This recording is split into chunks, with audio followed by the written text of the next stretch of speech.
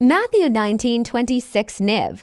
Jesus looked at them and said, "With men this is impossible, but with God all things are possible." Context and meaning. This verse concludes Jesus' conversation with his disciples after the encounter with the rich young man. Matthew 19:16-24. When the man rejects Jesus' call to sell his possessions and follow him, Jesus uses the hyperbolic analogy of a camel passing through the eye of a needle to illustrate how humanly impossible it is for the wealthy to prioritize God over material security. The disciples, astonished, ask, "Who then can be saved?" B25. Jesus' reply in verse 26 shifts focus to divine omnipotence. Salvation is not a human achievement, but a divine gift. Keith Eames. One human limitations versus divine power. The verse underscores humanity's inability to achieve salvation or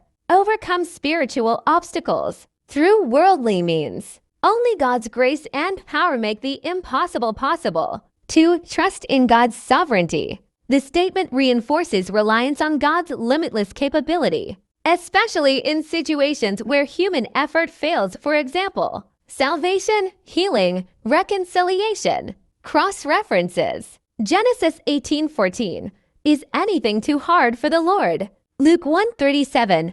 No word from God will ever fail. Philippians 4:13. I can do all things through Christ who strengthens me. Application. This verse encourages believers to surrender self-reliance and trust God's power in impossible circumstances. Reflect on areas of life where human effort falls short, for example, forgiveness, addiction, healing, and seek divine intervention. Embrace humility, recognizing salvation and spiritual growth as gifts of grace. Notable translations. KJV. With men this is impossible, but with God all things are possible. ESV. With men this is impossible, but with God all things are possible. MSG. No chance at all if you think you can pull it off yourself. Every chance in the world if you trust God to do it.